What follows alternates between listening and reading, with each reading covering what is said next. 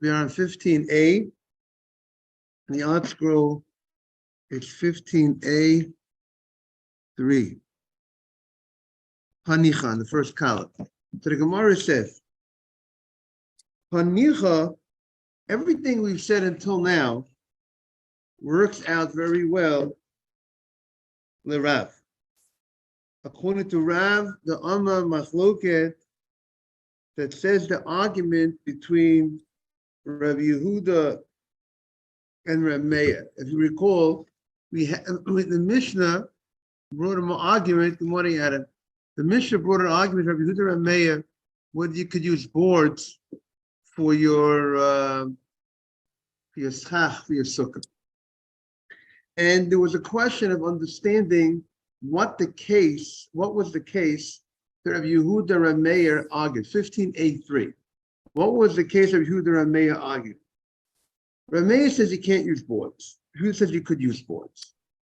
The question was, what was the circumstances that they were talking about? Rav Meir says you can't use boards, and Yehuda says you could use boards. So the Gemara says everything we said until now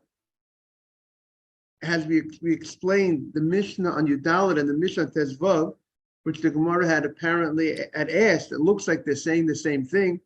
What's the difference between it seems repetitious, and the Gemara explained that it's not repetitious. There's a need for both the Mishnah earlier and the Mishnah here. That whole explanation is only the Rav. The Amma Machloket b'sheyesha and Arba'ah. That Rav explained that the argument in Rav Yehuda and Meir is even in a case when the boards are 4 tefachim wide. The Rav Meir itle gezerah tikra. Rav Meir has the gezerah. Is concerned that if you're going to allow a 4 tefach board to be used for your schach, you might come to use the boards of your house as a sukkah. You might come to think I could sit in my house for sukkot. And we know you can't sit in your house for sukkot. You have to leave your house. And Rabbi Yehuda let gezerah tikra. Rabbi Yehuda says don't have to be concerned. People are not going to mistake your house for a sukkah to say if I could sit in a sukkah and I create schach for a sukkah with 4 tefachim wide boards, I'm going to come to use my inside of my house and say I could sit in my house and fulfill the mitzvah of sukkah. People will know that will not make that mistake. However, but Shmuel had a different understanding of the machloket, of the disagreement between Rabbi Yehuda and Rabbi Meir. The Shmuel the Amar b'she'ein behem arba'a machloket. When the argument of Rabbi Yehuda and Shmuel, Rabbi Yehuda and Rabbi Meir, is when the board was between 3 and 4 tefach. It was less than 4 tefach. That's where Rabbi Yehuda says you could use such a board for your schach. Even though there's a minority of people that might use that size boards for their house, but most homes don't use boards for their ceiling that are the size of 3 tefachim. Usually it's a minimum size of 4 tefachim. So therefore, even though you'll find the minority of homes use a board that's the size of 3 tefachim, you don't have to be concerned to say that if you use a 3 tefach board for your sukkah, they're going to come to use the 3 tefach board ceiling and sit in their house when it's a 3 tefach ceiling. He said you don't have to be worried about the minority, and Reb Meir says you have to be worried about the minority. That since there are a minority of homes that use a 3 tefach board for their ceiling, so if you're going to use a 3 tefach board ceiling for your sukkah, people are going to think I could sit in the ceiling of my home when I have a 3 tefach wide board. So that's the argument. Are you worried about, by a case of 3 to 4 tefach wide board in a sukkah, are you worried that you can interchange it for 3 or 4 tefach boards for the house? However, but if the board of your schach, if you want to use this board for your ceiling, a 4 tefach wide board, according to Shmuel, divrei hakol pasula. Everyone holds such a size board is pasul. You cannot. There's no rabbi. There's no even Shmuel. Even Rabbi Yehuda would agree you cannot use a board that's 4 tefach wide board, because that's exactly the standard size board that people use for the ceiling of their house. So they're not arguing in that case. So if that's the case, everyone holds safer than my pligi. what is the disagreement in our Sefer? Our Sefer of our Mishnah says that you could go ahead, that there's a machloket in our Mishnah between Rabbi Yehuda and Meir. And our Sefer is talking the way Rashi understands. The Mishnah says, our Mishnah Tezvav opens up, Tikra she'ein maziva. I don't know if you want to send to the group that we're on. Thank you. Our Mishnah opens up a tikra, a ceiling that doesn't have plaster. We're talking about the ceiling of a house, the standard size ceiling. If that's a standard size ceiling, the Mishnah is talking about a case when it's a 4 tefach wide board. So if it's a 4 tefach wide board, because that's the standard type of board that people make for their ceiling of their house. So how could there be an opinion like, we have Rabbi Yehuda claiming that Beit Hillel says that you could use those boards. You just have to readjust those boards, move those boards or every board around, and that's good enough. How could Beit Hillel say that's good enough? You just told me that everybody agrees that a 4 tefach wide board is not kosher for schach. So if you're going to use a 4 tefach wide board for your sukkah, you're going to come to think you could sit in your house for sukkah. Is that clear? That's the Gemara's question. So the Gemara answers, you know what? There's something unique going on in our Mishnah here that Beit Hillel will say, according to Rabbi Yehuda's understanding, that there's no problem. Good morning, Simon. Beit Hillel will say in this case it's fine. Why? Because what are they arguing? They are arguing, we are on 15a3. They're arguing on knocking out, are you able to knock out the concern here of the gzeira of tikra, that you're going to make, that people are going to make a mistake and say that if I could use this type of ceiling, I'm able to use the other type of ceiling. Good morning, Eli. Masava, one holds that you could go ahead, but l'bahachi, we are removing the gzeira of the tikra of the ceiling of your house in what I'm by unloosening the boards and taking out the nails and moving them around. Masav, and one holds lahachi lo batla. By moving around the boards and separating the nails, you're not removing the concern of tikra. You're not removing the concern of interchanging your house with the sukkah. What does the Gemara mean? Let's explain. The Gemara is holding the following. We just got to the Mishnah. Mabruk, we got to the Mishnah. According to Shmuel, if you come to the rabbi and say, Rabbi, I have a 4 tefach wide board. Could I go ahead and use it for the schach? Right, Eli? Come to the rabbi, can I use a 4 tefach wide board? So Shmuel says everybody would hold, if it's a 4 tefach wide board, you can't use it. You know why you can't use it? Because if you're going to allow them to use a 4 tefach wide board to make your sukkah, you're constructing a sukkah out of, and if you're going to go in and you're going to make a sukkah, a new sukkah, never made before, a new structure. If you're going to use a board that's 4 tefach wide board for your schach, people will say, you know what? He just created a sukkah. He used the 4 tefach wide board for his schach. I could come home in my house. I have a 4 tefach wide board as my ceiling of my house. What's the difference between that 4 tefach wide ceiling and this 4 tefach wide board? He made this is kosher, and that's kosher. And people are not going to know that, you know what, there's a big difference. You know what the difference is? That your house, even if technically the materials of your ceiling are made from kosher materials that are kosher for schach, it grew from the ground, it grew from the ground, it's not mekabel tumah, but it was made for a home. Something that's a house is not kosher for a sukkah. Something that even if you use kosher materials even if technically those kosher materials are kosher for a schach of a sukkah, but that's schach that's made for a sukkah to provide for protection from the sun, for shade. But this structure you're living in is your house. Your house was not made to protect you from the shade. Your house was not made as a sukkah. It was not to protect you from the sun. It was made to be your home. This is your home that you live in all year round. That home is not kosher for sukkah. Even if the materials of the home, the ceiling of your home, aren't technically materials that are kosher for sukkah. So it's very easy that people will make a mistake and they say, if you could go ahead and create a sukkah from materials that are the same type of materials that I use for my home ceiling, if I could sit in a sukkah, I can make a sukkah from 4 tefach white boards, I'm going to sit in my 4 tefach white board ceiling of my house. And therefore, everybody would agree, in that case, you can't, there's no argument. You can't go ahead. What did you say?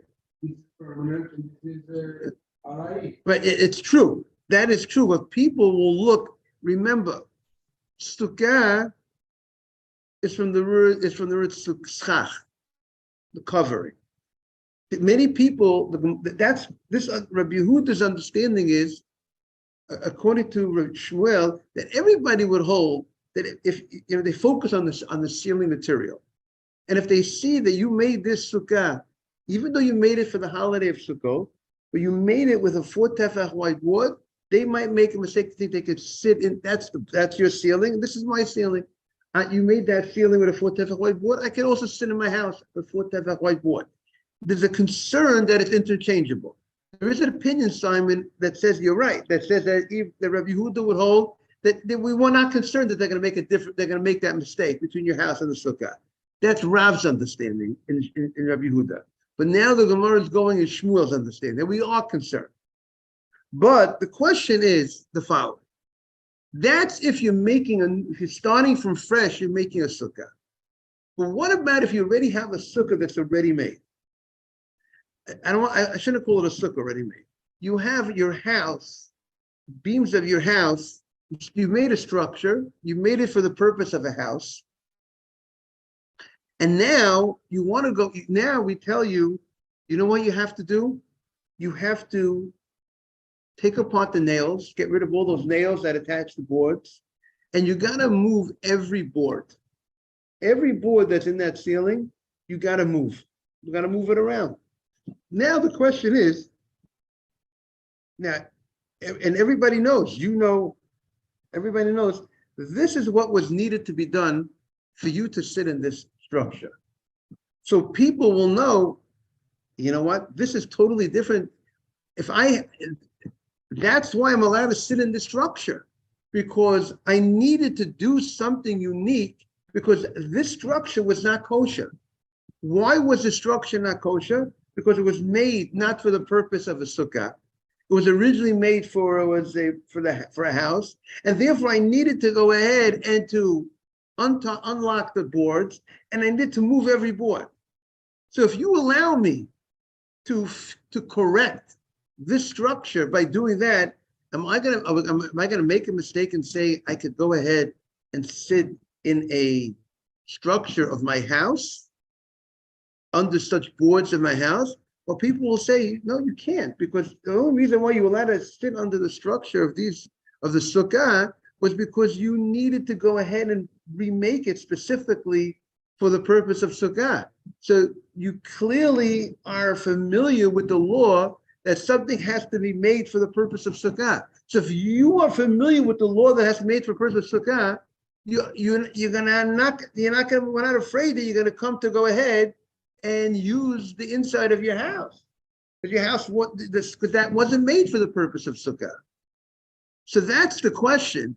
In this specific case, when the boards are 4 tefach boards, in general, where you can't use a 4 tefach board for schach, but since you're doing something here by moving every board, you're showing that this is what's required to be done in order for it to be kosher. So that should show you're not going to make a mistake to think that you could use the ceiling of your house as schach. So that's why Rabbi Yehuda says that Beis Hillel says there's no problem with such a case. You could use, it will come out, an old structure being corrected would be allowed according to this, but not a new structure from the beginning. So go ahead and make a structure with a 4 tefach white board on the top, you won't be able to do because you'll make that mistake. You'll think you could use your house. But to go ahead and to use something that was already made, and since you're going to have to go ahead and correct it, so you're showing that you know the law. You're showing that you know the law, that you can't use something that was made for a house. So therefore, we're not afraid that you're going to come to interchange it with your house. Rameya says we're still concerned. Rameya says we're still concerned. At the end of the day, this ceiling is 4 tefach white boards, and your house is 4 tefach white boards. You're gonna, even though we told you you had to move the boards around, people make a mistake and start thinking to use the boards of the ceiling of your house. And Rameya says, So Rabbi, yes. It seems like the issue is Gezerah Tikva, correct? Exactly. It's all about Gezerah Tikva. Are we afraid so it that you're doesn't going to make a matter if mistake? it's a new structure, old structure, you take the nails in, you move the boards, you don't move the boards. End of the day, if it resembles someone's permanent dwelling, as far as the schach, it's not kosher. As far as Rabbi According to Rameya, exactly. That's where Rameya is concerned. So what is the new? Rabbi Yehuda says that if it's under 4, it's okay because it's minority. But what is Shmuel coming to tell us?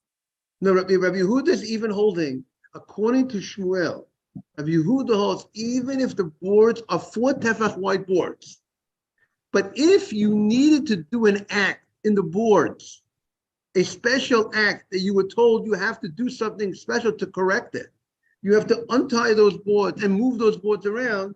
So therefore, if that type of situation, people won't make a mistake and say that I can also use the inside of my house as schach. Why?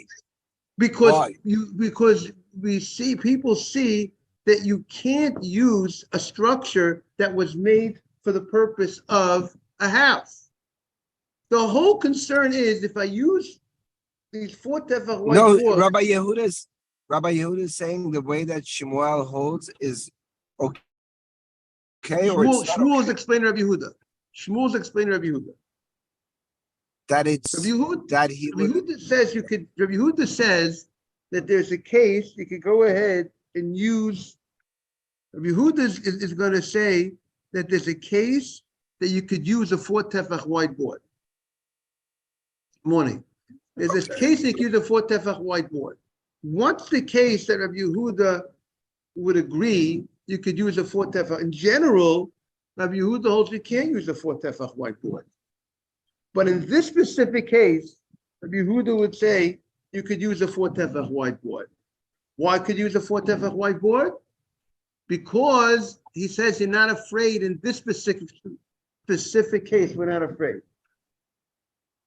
Because you had to go ahead and I thought everybody holds that you can't use 4 tefach whiteboard. Everybody holds what? That you cannot have a 4 tefach. Right. According to Shmuel, everybody holds you can't use a 4 tefach whiteboard. However, Rabbi Yehuda holds in this specific situation, you could use a 4 tefach whiteboard. Why? Because you're showing that you know the law. You're showing that you can't use a structure that was made for a house. And therefore, if you're showing that, we don't have to worry that you're going to come to use the inside of your house. Because you needed to unlock these boards. You needed to move around these boards in order for it to be kosher for your sukkah. Everybody knows, in order for me to use the structure, I had to go ahead and redo something here. Why did I have to redo it? Because I can't use something that was made for a house. So once that's clear, so there's no concern. I'm going to use the board ceilings of my house. That's what Rabbi Yehuda says. Rabbi Yehuda says in this specific situation, you showed that you're a man who knows the law.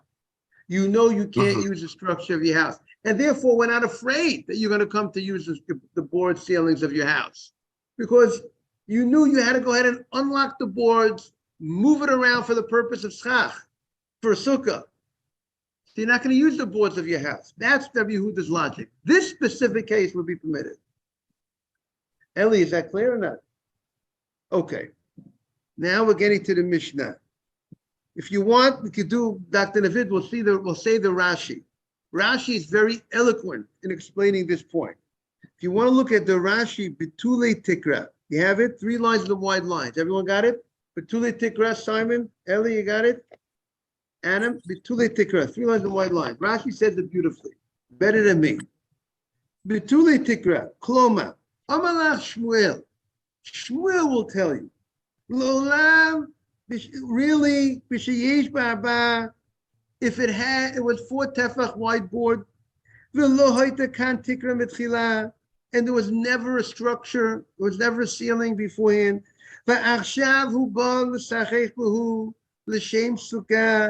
now he wants to make from fresh a ceiling with 4 tefach whiteboards for the purpose of Sukkah. Even Rabbi Yehuda would say it's invalid.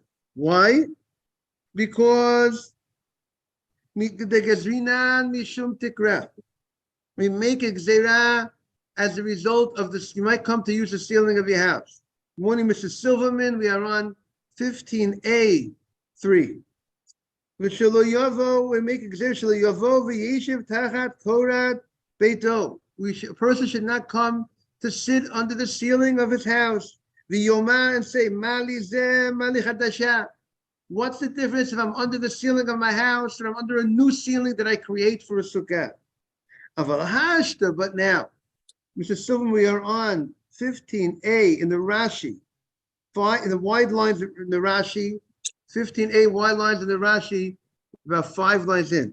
Aval hashta dizu tikr haita, but this originally was a structure. It was already a ceiling. We welcome Ralph Patesh on the Zoom.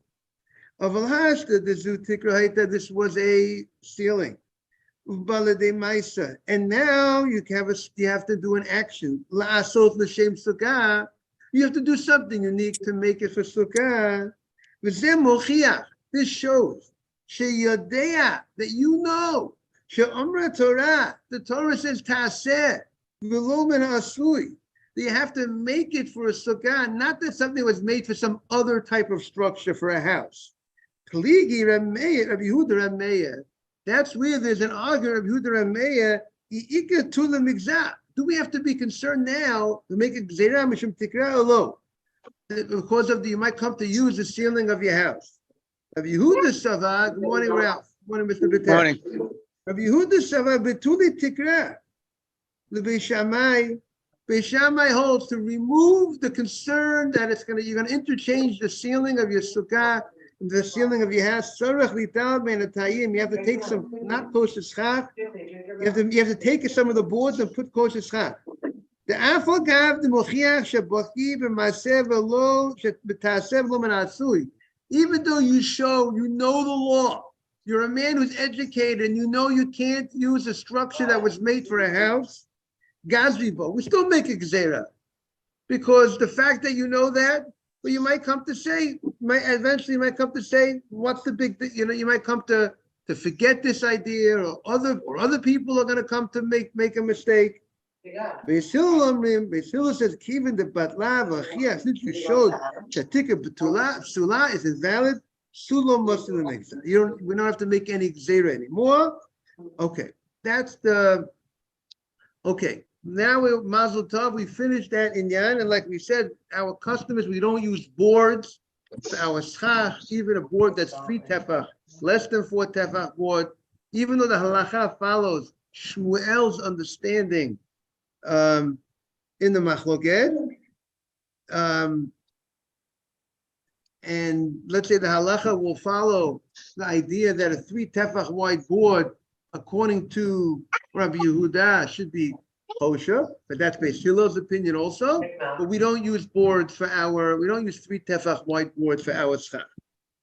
And we said one of the reasons is because today it's common that people use 3 tefach white boards for their ceiling of their house. And therefore people will interchange. They'll make a mistake and they'll think, if I can use a 3 tefach white board for my sukkah, I can sit in my house with a 3 tefach white board. And a house, you can't sit in your house. You cannot sit in a house that was not made for a purpose of sukkah. It was made for a house. Correct? Okay. Mr. Silverman, you wanted to say something? Yeah, I want them to mute their phone. Say that again? I wanted people to mute their phones. You want to be able to do? Their phones- People to mute their phones. They're not muted, the people. Oh, the people are not muted. Okay. Okay. Now we're on the Mishnah. We welcome everybody. We are on 15a3, the Mishnah. Hamikore Sukkato bashpudim. Bashpudim or Baruchat Hamitah. You made your roof of your sukkah, and you went ahead and you made it with, let's say you had these iron spits, these iron poles, and the way you made it is, let's say you placed iron poles, let's say a column of iron poles, iron pole, iron pole, iron pole, then you left space, the same amount of poles that you placed. Now, of course, if you made a whole sukkah with iron poles, that was your coverage. That was your schach. It's not kosher. Why not? Iron is metal, is makabel tumah. It receives contamination, and you can't use that for your what? For your schach, right? You can't use those metal poles for your schach. Like we said in Sukkah, Hashem wants, one of the messages are that we're not able, we should make sure that we're never able to makabel tumah. Somebody told me yesterday, his name is Amitai, he says, the Torah requires the materials not to be able to contract contamination. That's the materials you need to use for your coverage of your schach, right? It cannot be kabel tumah, means even if a dead one of these dead shratzim, a dead mouse, or any of these 8 shratzim that the Torah says have the ability to contaminate, or even if someone was contaminated and he touches the schach, he's not, that the schach has to be material that can never become contaminated. It doesn't have the ability to receive contamination. That's how we have to live our life. We go out to the world, we leave the house, you go to the sukkah, symbolic of going out to the world. You got to make sure you're not in a situation, you don't place yourself in a situation you can even receive contamination. A lot of people put themselves in very difficult situations where they're just vulnerable to receive contamination. But the schach, the coverage of the Jew, is supposed to be that you're not able, you live a life that you're not in that sakana of danger of receiving the contamination. You stay far away from those difficulties that might receive the contamination. Okay, so now I made put these holes on my sukkah, but I did not place the whole sukkah with this invalid schach. I placed, let's say, a section of poles, and then the same amount side, then I placed next to it airspace, and I filled it with schach. And then next to it, I placed more poles, and then I put schach next to empty space of schach. So now the question is, I have some parts of my sukkah have kosher schach, and some parts of my sukkah have not kosher schach. Now, we're talking about the size of the not kosher schach, the total, in one area, I did not have more than 4, I didn't have 4 tefach of not kosher schach in any one area of the sukkah. Because if I have wide, not kosher schach, 4 tefach, let's say I have 4 tefachim go wide, not kosher schach going this way, let's say if this would be 4 tefach wide, that would split the sukkah. We have the concept, if you have not kosher schach, right? If you have one piece of not kosher schach, you throw one metal pole across the length of your sukkah, or one metal pole across the width of your sukkah. Now the question is, does that split your sukkah in half, right? If it's 4 tefach wide and not kosher metal, that will split your sukkah in half. What does it mean it splits your sukkah in half? So let's say if your sukkah had 3 walls, right, Mr. Bitesh? We make 4 walls, right? That's what we try to do. But technically you can make a 3-wall sukkah. If you have a 3-wall sukkah, I got a wall here, I got a wall here, good morning, Yehuda. I got a wall here, and I got a wall over here. And let's say the front side is open. The front side, the west, here, east, west, right? So the west side is open. If I but I have schach all across the ceiling of this sukkah. If I place a beam, I place schach. Well, let's say I place a metal across the sukkah that's 4 tefach wide, which is about, 12 to 16 inches wide. What that does is, since it's a significant size, that the width is 12 to 16 inches, we look at it as if it separates the two sides. We don't look at this as one sukkah anymore. We look at it as if you have a sukkah on this side of the meadow and a sukkah on that side of the meadow. The middle is not a sukkah because that's metal. You have 4 tvachim of not kosher schach. So now, if we look at it that this amount of schach breaks your sukkah, and it's as if you now have on this side, I got one wall on this side and a half a wall on this side. I got one half a wall here and I got one wall here. I have no wall on the west side because they only made 3 walls. But now by placing this not kosher schach in the middle, what does it do? Dr. Levin? If now it's nothing kosher, I'm not left with 3 walls. That's if you have a amount of 4 tvachim of not kosher schach. But if you have less than 4 tvachim of not kosher schach, that does not split your sukkah. It's not kosher schach, but it's not going to split your sukkah. And then there's a question: can I sit under that not kosher schach? Because since it's not a large size, it's less than 4 tvachim. Can I sit under it? Don't sit under it. Okay, we'll see more in the halakha. But so the Mishnah, when it says you have these metal poles going across the sukkah, and obviously they have a certain amount of width, we're talking about it's not 4 tvachim wide. But if it would be 4 tvachim wide, these metal poles, it would have split the sukkah in half, and it could have invalidated the whole sukkah because of that. You won't have proper wall coverage. So therefore, we're talking about these metal poles. Let's say they take up 3.5 tvachim. So I place these metal poles, but next to it, I place schach. Next to it, I place metal poles. Next to it, I place schach. So the Mishnah said, if the amount of space between each section of metal poles, between the 3.5 tvachim poles, is equal to the size of the pole, so then the Mishnah says it's kosher. The sukkah is kosher, which would seem. What's it again? Even though the sheep wouldn't contaminate, but you have more kosher schach. No, sorry, you have equal. The language of the Mishnah seemed to indicate that you have an equal amount of kosher schach and not kosher schach, and you have, let's say, the schach, the total coverage of the schach covered more than the kosher schach was. If you add the kosher schach together, there was at least 7 tvachim of kosher schach. You had 4 walls, and you have 7 tvachim of kosher schach. It's true. Part of this coverage was parts that was not kosher schach, but the other parts were kosher schach. So the question is this structure, is this sukkah kosher? Can I go ahead and sit in the sukkah because I have an equal amount of kosher schach than not kosher? That is the question in the Mishnah.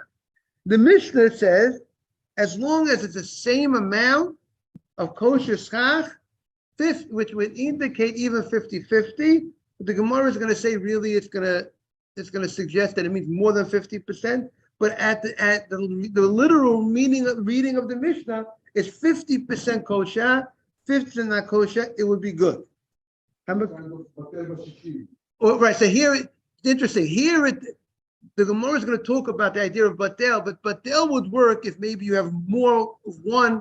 First of all, so something to be batel, you have to, it has to be, the other item can't be easily discernible. If you could see the not kosher part, that you can't mevatel. You can't nullify something unless the item is totally indiscernible. Like if you put a little drop of milk, if the baby put a little drop of milk in a pot of meat, so therefore the milk gets absorbed in, you don't see the milk. If you see the milk, you would have to remove the milk. Or if you not kosher piece of meat falls into a pot of many pieces, 60, 100 pieces of kosher meat, more than 60 or more, the only way it's bottled if you don't see it. But here, the metal poles, you see, you see the metal poles. So it wouldn't work at this point for bitul, for nullifying it. It has to riff with some other halacha. So the Gemara is going to, it sounds like from the Mishnah that you have enough schach coverage if you're 50%. The Gemara is going to say it needs to be 50.1, let's say the Gemara is going to say. But the Gemara is holding assignment that this is sufficient. The superficial reading of the Mishnah is that as long as you have at least 50% schach, kosher schach, you've met your requirement. Meaning, Simon, if you have a sukkah that has 60% schach, 60% schach, you're going to say as long as there's a majority of schach, the sukkah is covered with a majority of schach, that would be kosher. We would say that that's kosher because you have the shade. You have the shade is being provided by a majority of items that are kosher for schach, and that's the halacha. That the Gemara, like you have that the Gemara say that would be kosher sukkah. But the chidush is even if you don't have 60%, in the language of the Mishnah, even 50-50, it also would be kosher. We'll continue on Monday. Everybody, I want to wish everyone a beautiful Shabbat. Thank you all for coming. I'm sure we'll have a beautiful davening and everything good to everybody. Can you hear me, Rabbi? I hear you, Ralph. Mazel tov, Mabruk. Thank you, Rabbi. Shabbat shalom. You too. Shabbat shalom. You too, Mr. Silverman. Shabbat shalom. You figured it out, Ralph. Yeah. Very good. All the best. See you on Monday. Monday. Looking forward. Same here. Bye-bye.